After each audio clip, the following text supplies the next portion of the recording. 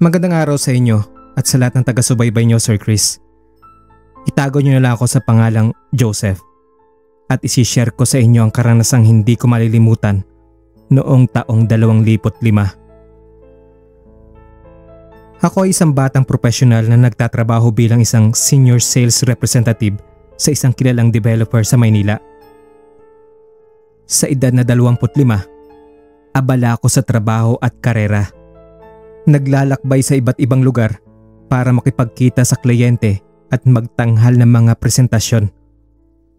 Araw-araw ay hinaharap ang mga deadlines, meetings at iba't ibang proyekto. Ang pinaka-stressful na naranasan ko ay ang pressure sa trabaho dahil sa mataas na expectations ng boss ko. Naranasan ko ma-burnout at mapagod kahit sa kaunting pagkilos lang. Hindi ko akalaing aabot sa puntong ganoon, kaya pakiramdam ko ay kinailangan kong magpahinga kahit saglit. Hindi na nakukuha ng over-the-counter medicines ang pagsakit ng tiyan at ulo ko. Ayoko naman magpatingin sa doktor dahil sa kamahalan ng check-up at maraming laboratory tests.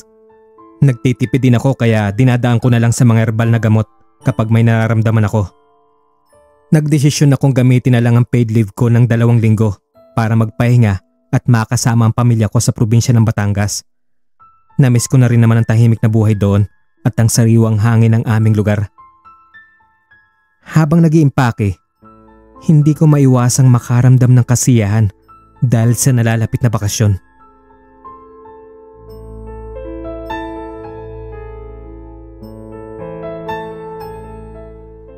Pagdating sa aming tahanan sa Batangas, masayang sinalubong ako ng aking pamilya.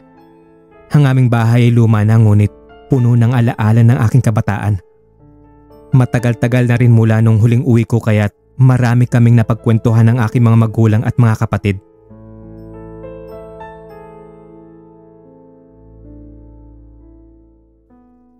Isang gabi, habang kami nagkikwentuhan sa sala, napansin ko ang kakaibang pakiramdam na tila may nakamasid sa akin. Hindi ko ito pinansin nung una. Inisip ko na baka dala lamang ng pagod mula sa biyahe. Ngunit habang lumalalim ang gabi, lalo akong nakakaramdam ng kakaibang presensya.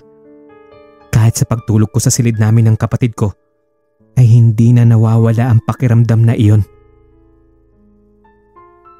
Isang araw, nagdesisyon akong maglibot sa aming maliit na bayan. Dumaan ako sa mga paborito kong lugar nung bata pa ako. Ang lumang simbahan, ang palengke, at ang malaking puno ng akasya sa plaza. Nang papauwi na ako, nadaanan ko ang isang lumang bahay na matagal na naming iniwan bago kami lumipat sa kasalukuyang bahay namin. Ang kwento ni Inay, sanggol pa ako nang iwan namin ang bahay na iyon. Habang nakatitig sa lumang bahay namin, nakita akong isang figura ng tao sa may bintana. Tila may nakatayo at nakatingin sa akin mula sa loob. Nagulat ako nang makita ko na kamukhang kamukha ko ang taong naroon, pati t-shirt na green na suot ko. Nanlaki ang aking mga mata at mabilis akong umalis sa lugar na iyon.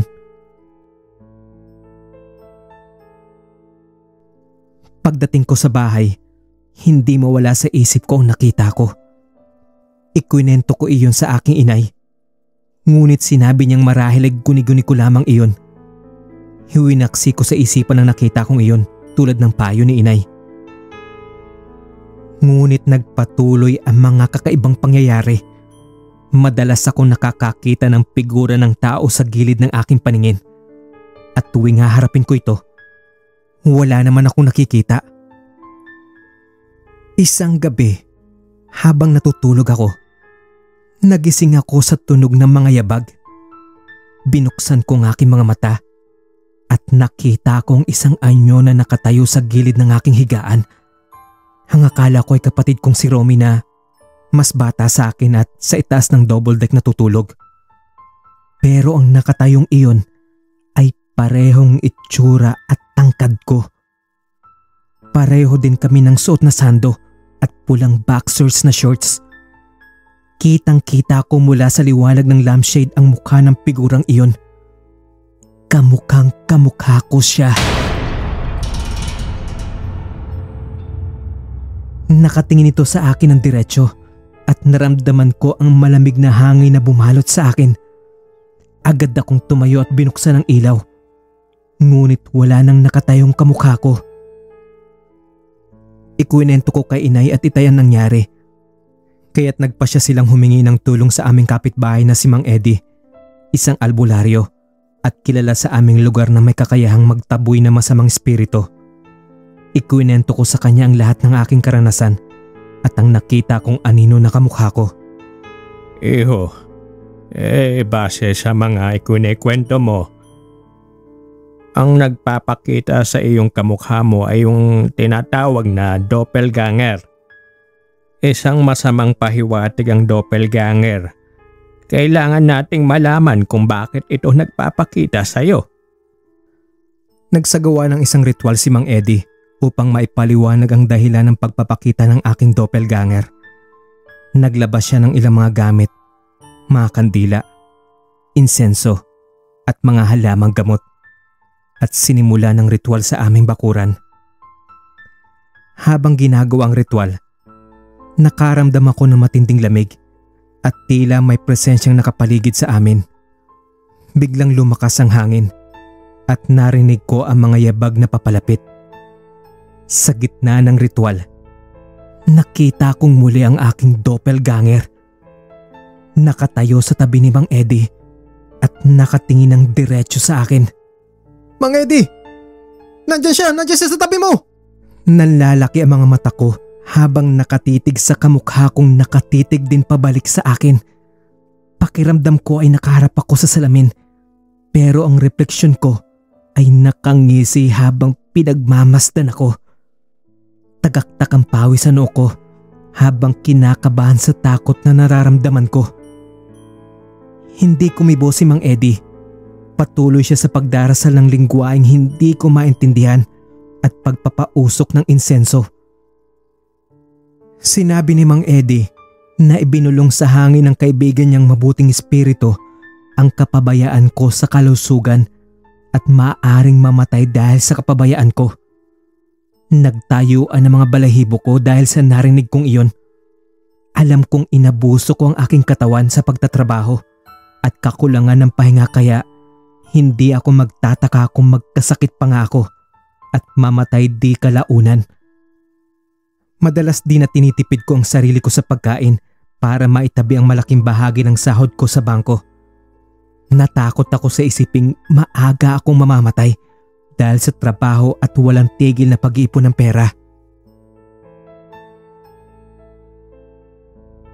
Matapos ang ritual, ipinayo ni Mang Eddie na baguhin ko ang aking pamumuhay at magpatingin sa doktor para malaman ang kondisyon ng kalusugan ko. Itinaboy na rin niya ang doppelganger na gumagambala sa akin. Binigyan niya ako ng binabasang scapular na proteksyon sa mga negatibong enerhiya. Nagpasalamat ako kay Mang Eddie at pinangako magpapatingin pagbalik sa Maynila. Matapos ang 2 linggong bakasyon ko sa bahay ng mga magulang ko, ay nagpatingin ako sa isang espesyalista at nakitang meron akong ulcer at kidney stone. Ang sabi ng doktor ay maaaring lumubha pa ang kalagayan ko kung hindi ako nagpatingin kagad. Dala ko ang aral na natutunan ko mula sa karanasang iyon. Ang kahalagahan ng pag-aalaga sa sariling kalusugan at huwag na huwag aabusuhin ang katawan.